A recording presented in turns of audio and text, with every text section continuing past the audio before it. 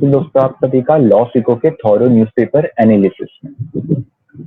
तो आज के दिन हम जिन आर्टिकल्स के बारे में चर्चा करने वाले हैं उनमें से जो पहला आर्टिकल है वो तुर्की और जो ग्रीस है उनके बीच में एक जो वाटर डिस्प्यूट है, एक जो जल का विवाद है, मेडिटेरियन जो समुद्र वहां लगता है उससे एक विवाद शुरू हुआ है, उसके बारे में चर्चा करता है। जो हमारा दूसरा आर्टिकल है वो क्रिमिनल रिफॉर्म कमेटी जो गठित की गई है उसके काम करने की पद्धति तथा उसके गठन के बारे में बात करते हैं। जो हमारा तीसरा आर्टिकल है वो रिथिंकिंग द सिटी, कोविड-19 आने के बाद में हमारे शहरों की क्या परिस्थिति हुई वो हमने देखा, ये आगे और कैसे सुधारी जा सकती है कि हमको ऐसी जो चीजें अभी देखने को मिले वो आगे और देखने को ना मिले, उसके बारे में ये बताता है।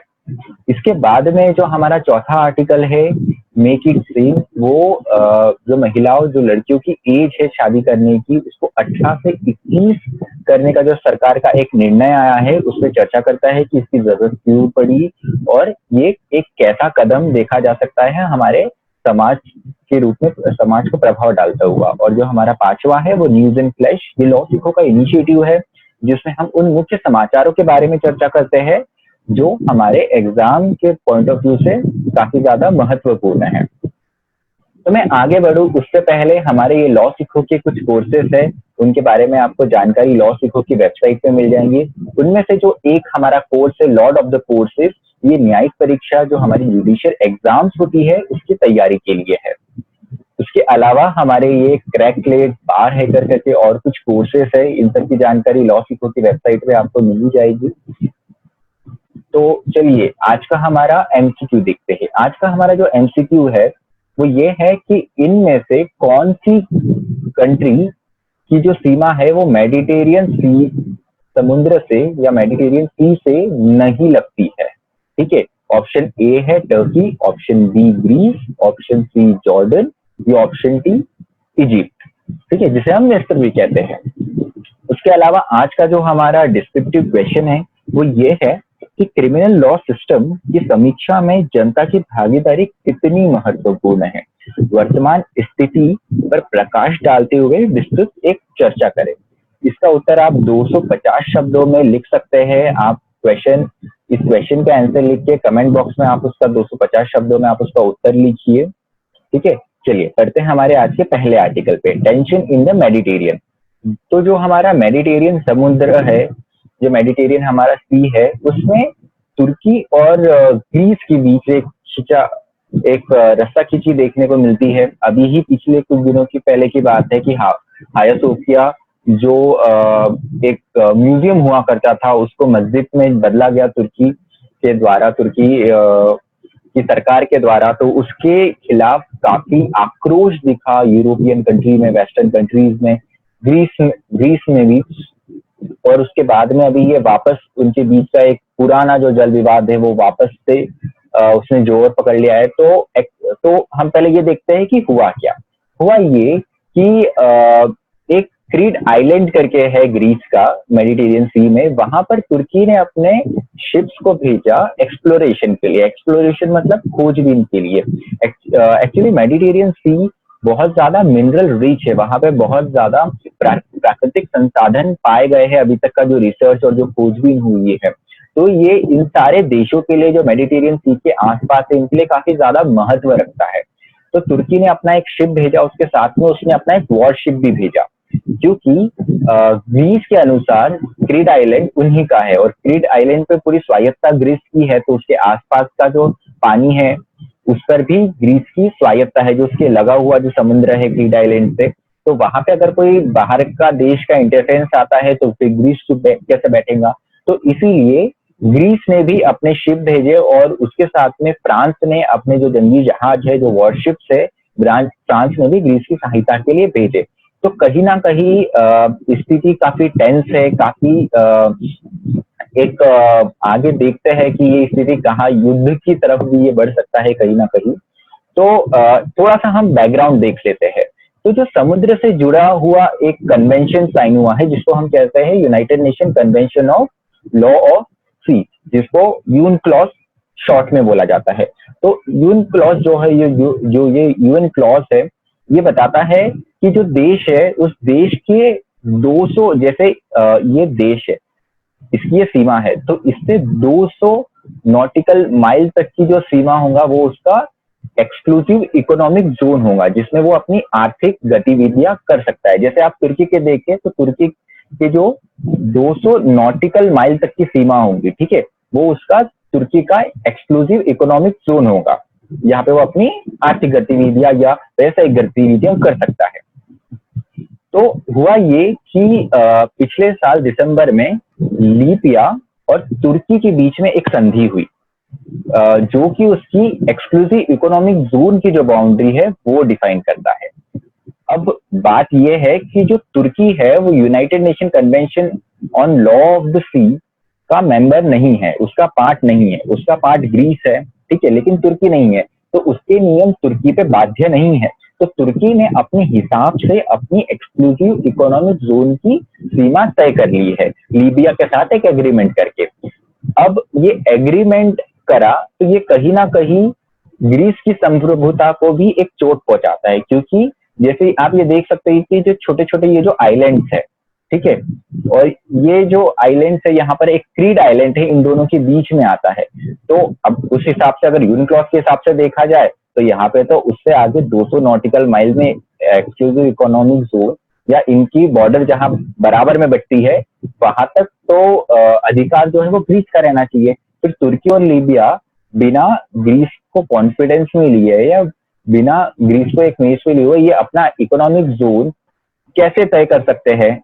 जैसे इसमें बताया गया ये लीबिया का है और ये तुर्की का है, तो ये एक देखने वाली बात है। तो इसीलिए जब आप जिस पानी पर ग्रीस का हक अपना बताता है वहां पे तुर्की का जंगी जहाज और एक्सप्लोरेशन शिप कैसे जा सकता है। उसके अलावा एक और चीज जो है जो तुर्की इनसे नाखुश है यूरोपियन कंट्री से और ग्रीस से, वो ये है कि जैसे मैंने बताया कि मेडिटेरियन सी काफी मिनरल रिच है, ठीक है, काफी वहां पर प्राकृतिक संसाधन है, तो वहां पर गैस की है। तो अभी एक गैस पाइपलाइन प्रपोज की गई है जो कि ग्रीस और यूरोपियन नेशन से निकल के ये साइप्रस को टच करती है, ठीक है, ये इजराइल को टच करती है, ठीक है, लेकिन इसका फायदा तुर्की को नहीं है। तो कहीं ना कहीं तुर्की इससे नाखुश है। उसके अलावा अगर यूनक्लॉस के हिसाब से देखा जाए तो ये जो डॉटेड लाइन है एक्सक्लूसिव इकोनॉमिक जोन ऐसा रहना चाहिए, लेकिन जो एग्रीमेंट हुआ उसके चलते वो कुछ और ही है। तो आप ये देख सकते हैं कि ये जो सीधी लाइन है ये एग्रीड इकोनॉमिक जोन है सारी कंट्री के बीच में, और जो डॉटेड जो है वो Greek Cyprus position of eastern Mediterranean economic zone delimitation है। अब जो साइप्रस है यहाँ पे साइप्रस का भी रोल आ जाता है। ये जो आप साइप्रस देख रहे हैं इसका जो उत्तरी भाग है, उत्तरी भाग इसका उत्तरी भाग जो है उस उत्तरी भाग में कब्जा जो है वो तुर्की का है, जिसके लिए साइप्रस ने कहीं अंतर्राष्ट्रीय मंचों पे आवाज भी उठाई है। तो आप ये देख सकते हैं कि ये कैसे मेडिटेरियन सी में एक कॉम्प्लेक्स जियोपॉलिटिकल सिचुएशन बन चुकी है, कोई अपना हक बताता है कोई अपना हक बताता है। तो चलिए देखते हैं एक लाइन से जो हमने चर्चा करी उसके बारे में। तो gas line plan of EU that is European Union and its ally keep Turkey out. तो ये जो प्रपोज्ड लाइन है, ठीक है, एक मिनट, हाँ, ये जो प्रपोज्ड लाइन है इसने तुर्की को बाहर रखा है। तो जो यूरोपियन नेशन और उसके जो साथ के मित्र देश है उनको रखा है, तुर्की को बाहर रखा हुआ है। ये हमारा पहला पॉइंट हो गया। दूसरा पॉइंट जो है वो ईस्ट मेड गैस फोरम जो है उसमें Cyprus, Egypt, Greece, Israel, Italy, Jordan, Palestine पर उसमें तुर्की को साथ में नहीं रखा गया है। तो ये और तुर्की की एक नाखुशी या नाराजगी की एक वजह है। उसके अलावा in reaction to exclusion, Turkey signed an agreement with Libya to form an EEZ। तो जैसे मैंने बताया कि लीबिया और तुर्की ने अपने आपस में एक अपना अलग ही एग्रीमेंट कर लिया और उन्होंने बताया कि हाँ ये मेरा इकोनॉमिक जोन है, ये तुम्हारा एक्सक्लूसिव इकोनॉमिक जोन है, बात खत्म। यूनिक्लॉस का कहीं से कहीं तक कुछ बात ही नहीं आई। तुर्की तो बोल देता हूँ मैं इसका पार्ट ही नहीं हूँ। तो ये एक्सक्लूजन को लेकर उन्होंने ये एग्रीमेंट करा, ठीक है। उसके बाद में चौथा पॉइंट जो हमारा आता है, इसके काउंटर रिएक्शन में ग्रीस ने अपना एक अलग ही इकोनॉमिक जोन डिक्लेयर कर दिया, ठीक है। और उसके बाद में अभी ये गतिविधि हुई है कि वहां पे तुर्की ने जो ग्रीस का क्रेडे आइलैंड है वहां पर एक एक्सप्लोरेशन शिप भेजा, और सिर्फ एक्सप्लोरेशन शिप नहीं, उसके साथ में उन्होंने वॉरशिप भी भेजा। ठीक है, एक इनका नेवी का एक जंगी जहाज भी उन्होंने भेजा। तो देखते हैं आगे और इसमें क्या डेवलपमेंट होता है। वैसे एक चीज है कि अगर विश्व में कहीं भी युद्ध होता है तो डायरेक्टली या इनडायरेक्टली, प्रत्यक्ष अप्रत्यक्ष रूप से सारी ही कंट्री पे इसका प्रभाव होता है। तो आशा करते हैं कि ये जो इनका है ये रिजॉल्व हो जाए जल्दी से। तो हमारा जो दूसरा आर्टिकल है वो है कमिटी फॉर क्रिमिनल रिकॉर्ड। तो हमारे देश में जो क्रिमिनल लॉ थे, क्रिमिनल लॉज एक तो बनता है आईपीसी से, दूसरा बनता है सीआरपीसी से, और तीसरा बनता है इंडियन एविडेंस एक्ट से। ये तीन मुख्य जो लॉ है, ये तीन लॉ गवर्न करते हैं क्रिमिनल लॉ को मोटे तौर पे। उसके अलावा भी कुछ छोटे मोटे लॉज है जिसमें क्रिमिनल एक्ट को बताया गया है। तो उसके रिफॉर्म के लिए एक कमेटी बनाई गई है गृह मंत्रालय की तरफ से। अभी बात ये आई कि कमेटी भाई क्यों बनाई गई, तो ये जो कानून थे ये औपनिवेशिक दौर के थे, ये कॉलोनियल एरा के थे, जब ब्रिटिश राज्य था उस समय के ये बने हुए हैं। तो इसमें कहीं ना कहीं वो ब्रिटिश राज का वो दमनकारी जो नीतियां है उसका प्रभाव इनमें दिखता है। तो इसके लिए इसका कंपोजिशन, इसका गठन किया गया। ये जो कमिटी है इसके अध्यक्ष है डॉक्टर रणबीर सिंह, जो कि नेशनल लॉ यूनिवर्सिटी दिल्ली के वाइस चांसलर है। ठीक है, तो ये एक क्वेश्चन हो सकता है, तो ये ध्यान में रखिए। तो इसके कंपोजिशन और ऑपरेशन पे एक सवाल उठाया गया। पहला तो ये हम देखते हैं कि कौन कौन से इसमें इशू इन्वॉल्व है। तो पहला जो है वो डिसेबल ब्रॉड बेस्ड पार्टिसिपेशन। तो एक जो जनता की सहभागिता होती है उसको निष्क्रिय किया गया। राइटर पहला पॉइंट ये उठाते हैं, ठीक है, पहले इशू को ये उठाते हैं। तो इसमें कमेटी की वेबसाइट पे सारी चीजें दी गई है। ठीक है, और अगर आपको कोई भी सजेशन देना है तो वो आपको उसकी वेबसाइट पे देना पड़ेगा। ठीक है, वो आपको मेल के रूप में या उसकी वेबसाइट पे वो प्रश्न या अपना सुझाव देकर करना पड़ेगा। अब भारत जैसे देश में सबके पास में नेट है नहीं, सिर्फ 40% ही ऐसी पॉपुलेशन है जो इंटरनेट यूज कर सकती है। वो 40% में भी जो मुख्य पॉपुलेशन है वो हमारे महानगरों या हमारे शहरी क्षेत्रों में रहती है, तो गांवों के क्षेत्रों में तो नहीं हुआ। उसके अलावा अगर हम जो समृद्ध तबका है तो समृद्ध तबके के पास में ये है, लेकिन जो निचला हमारे समाज का तबका है उनके पास में तो नहीं है। उसके बाद में जो पुरुषों के ज्यादा नेट यूज करते हैं एज कंपेयर टू महिलाओं के, तो उनका भी इसमें सहभागिता कम दिखेंगी। तो एक ये उन्होंने बिंदु उठाया है। उसके अलावा जो उन्होंने बात की गई है कि कमेटी ने जो डॉक्यूमेंटेशन बनाया है, जो उनका क्वेश्चनियर है, वो पूर्ण रूप से अंग्रेजी में है।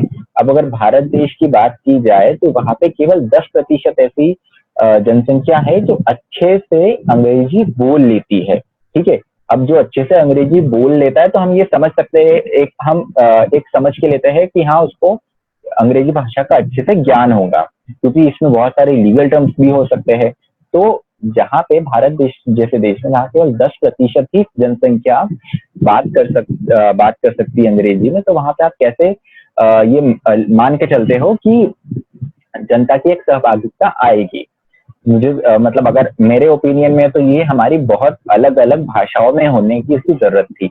अब दूसरी बात तो ये आई कि 3 महीनों का केवल ड्यूरेशन था, और वो भी तब जब हमारा कोविड पेंडेमिक सिचुएशन चल रहा है। तो लोग पहले ही रोजी रोटी से जूझ रहे हैं, तो वो इसमें सुझाव कैसे देंगे? पहले तो रोजी रोटी की तरफ, काम धंधे की तरफ देखेंगे ना, तभी तो इसमें कोई सुझाव देंगे। और दूसरा ये आरोप लगाया कि मार्जिनलाइज बात की गई है कि marginalise community, gender, religious group का इस कम्युनिटी में रिप्रेजेंटेशन नहीं है। उसके अलावा जो अगला बिंदु उठाया गया वो है डिसेबल्ड डेलिब्रेशन, मतलब एक तो चर्चा होनी चाहिए उसको निष्क्रिय किया गया है। जो हमारे लोकतंत्र है उसका मेन शक्ति ही उसकी है डेलिब्रेशन, वो है चर्चा करना, उसके बारे में बात करना। तो पहला तो है कि इसका टर्म्स ऑफ रेफरेंस कुछ बताया नहीं गया कि इसकी कहाँ तक सीमा होगी। ठीक है, तो कमेटी की कितनी सीमा है, कितनी सीमा नहीं है, तो एक टर्म्स ऑफ रेफरेंस होना चाहिए, वो इसमें मौजूद नहीं है। जो हमारा दूसरा पॉइंट है कि जब आपके पास में लॉ कमीशन पहले से मौजूद है तो एक एडहॉक कमेटी की क्या जरूरत है? एडहॉक कमेटी मतलब ऐसी कमेटी जो किसी स्पेशल उद्देश्य के लिए, जो किसी एक उद्देश्य के लिए बनाई गई हो। तो लॉ कमीशन के होते हुए फिर एक और कमेटी क्यों? फिर उसके अलावा पब्लिक रिप्रेजेंटेशन नहीं पब्लिश किया गया। और अगला पॉइंट ये है कि केवल इसको 3 महीने का ही समय दिया गया। अब माली मत कमेटी जो इससे पहले क्रिमिनल जस्टिस सिस्टम में रिफॉर्म के लिए बनाई गई थी, इसको इससे 5 गुना ज्यादा समय दिया गया था। माली मत कमेटी में एक जो मुख्य बिंदु जो बताया गया था माली मत कमेटी के द्वारा कि हमारा क्रिमिनल जस्टिस सिस्टम वो बहुत ज्यादा एक्यूज बेस्ड है, जो आरोपी के फेवर करता है, वो जो पीड़ित है उसके बारे में इतनी बात नहीं करता है। उसके बाद में जो निर्भया केस के बाद में लॉ में अमेंडमेंट आया, तो उसमें विक्टिम को भी कुछ ना कुछ कंपनसेशन मिलना चाहिए, वो उसमें इंट्रोड्यूस किया गया था, ये आप देख सकते हैं। तो माली मत कमेटी ने उससे पहले ही इस बारे में चर्चा की थी। उसके बाद में प्लानिंग ऑफ द सिटी, ठीक है, ये हमारा दूसरा आर्टिकल है। तो अभी अगर कोविड के आंकड़े हम देखे जाए तो जो 2/3 आंकड़ा है, जिसको हम 2/3 बोलते हैं, वो मुंबई, दिल्ली और चेन्नई, सिर्फ इन्हीं शहरों तक सीमित है। अब राइटर कह रहे हैं कि इसकी वजह है अंडर इन्वेस्टमेंट। अंडर इन्वेस्टमेंट जो है वो सिर्फ पैसे के रूप में नहीं, वो और दूसरे क्षेत्रों में भी है। तो इसी के साथ में राइटर ये बताते हैं कि कुछ स्टेप्स हम ले सकते हैं जो हमारे शहरों को और समावेशी और मजबूत दृढ़ बना सकते हैं। तो जो पहला पॉइंट है वो है जल। तो कोविड-19 में एक चीज ये देखा गया कि आपको समूह में इकट्ठा नहीं होना, आपको एक साथ इकट्ठा नहीं होना है। पर जो हमारी झुग्गी झोपड़ियां, जो हमारे स्लम्स है, वहां पे तो केवल एक ही स्थान होता है जहां से सब पानी भरते हैं, वहां पे झुंड इकट्ठा होता है लोगों का। अगर वही पाइपलाइन होता तो ये झुंड नहीं होता। और आपको पता है कि लोग जब एक साथ इकट्ठा होते हैं तो कोविड और ज्यादा फैलता है। उसके बाद में फिक्की का जो वाटर मिशन है, ठीक है, अब फिक्की का वाटर मिशन है वो रीयूज ऑफ वाटर है, ठीक है, ग्रे वाटर और रीयूज वाटर कैसे रिसाइकल हो सकता है उसके बारे में है। तो इसके और भी हमने और जोर देना चाहिए। उसके बाद में फूड और न्यूट्रिशन, जो भोजन है और जो पोषक तत्व है उसकी तरफ ध्यान देना चाहिए। भारत में दुनिया का 15.1% अंडर नरिश्ड, जो कुपोषित जनसंख्या वो निवास करती है।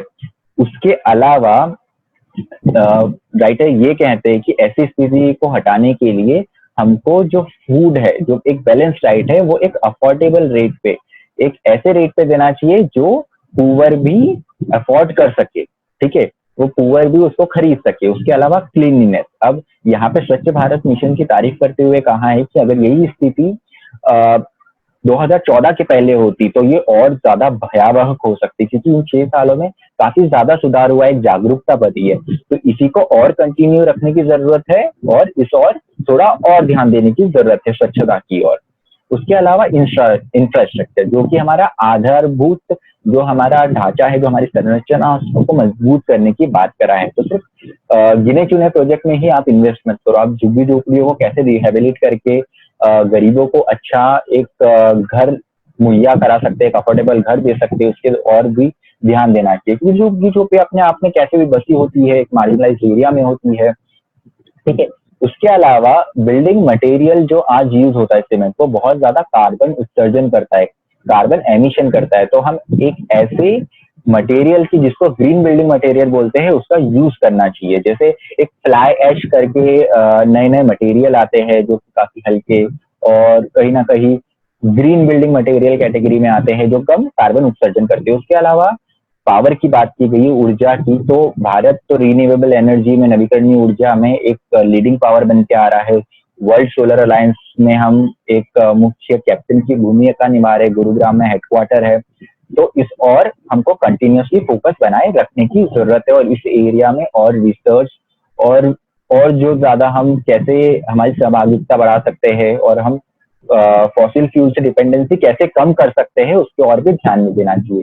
क्योंकि जो 2/3 जो पॉल्यूशन होता है वो केवल फॉसिल फ्यूल के कारण होता है। उसके अलावा ट्रांसपोर्टेशन की भी एक बात की गई है कि ट्रांसपोर्टेशन में पब्लिक ट्रांसपोर्ट और नॉन मोटराइज ट्रांसपोर्टेशन, जैसे कि साइकिल वगैरह में, जो कि नॉन मोटराइज ट्रांसपोर्टेशन कहलाता है, और पब्लिक ट्रांसपोर्ट में और ज्यादा ध्यान सरकार को देखना चाहिए, वो और जॉब क्रिएट करने में मदद भी करेगा।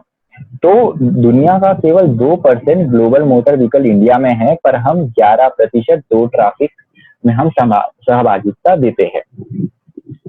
अब जो हमारा अगला आर्टिकल है वो महज मिनिमम एज फॉर मैरिज पर है। तो ये न्यूज में क्यों आया, तो सरकार ने अभी घोषणा करी है कि वो ये सोच रही है कि वुमेन या लड़कियों की जो न्यूनतम सीमा है शादी करने की, उसको 18 की बजाय उसको 21 किया जाए। ठीक है, इस पे विचार चल रहा है। तो हम थोड़ा सा बैकग्राउंड देख लेते हैं क्या होता है। आईपीसी 1860 में जो सेक्सुअल इंटरकोर्स, जो शारीरिक संबंध बनाने की जो सीमा तय की गई थी लड़कियों के लिए थी, वो थी 10 साल। उसके बाद में ये बढ़ाई गई एज ऑफ कंसेंट बिल 1927 में, उसको कर दिया गया 12 साल एज ऑफ कंसेंट को। उसके बारे में बाद में 1929 में मैरिज ऑफ गर्ल्स को 16 साल कर दिया गया। ठीक है, उसके बाद में prohibition of child marriage act आया, जहां पर ये सीमा लड़कियों के लिए 18 और लड़कों के लिए 21 कर दी गई। तो ये हमारी आज की करंट एज है। अब ये क्यों पूर्ण विचार कर रही है सरकार की इस एज को बढ़ाया जाए, तो पहले तो महिलाओं लड़कियों की स्वास्थ्य में सुधार के लिए। तो पहले तो हम ये देख सकते हैं कि अगर यूनाइटेड नेशन पॉपुलेशन फंड की रिपोर्ट देखी जाए तो हर 3 बाल वधु में से 1 बाल वधु जो है वो भारत में है। दूसरी बात यह है कि अगर अर्ली प्रेगनेंसी होती है, ठीक है, अगर कम उम्र में वो प्रेग्नेंट हो जाती है, तो ये बच्चे के लिए और माँ के लिए, दोनों के लिए खतरे का सिंबल है, और ये कुपोषण भी इसके कारण बढ़ता है। तो जो बाल और मातृ मृत्यु दर है, इसमें कमी आएगी अगर ये एज 21 साल की जाती है। तो उसके बाद में हमारा संविधान कहता है कि पुरुष महिला बराबर है। तो मिनिमम एज अलग अलग क्यों है, इसके पीछे कुछ तो रीजन होना चाहिए।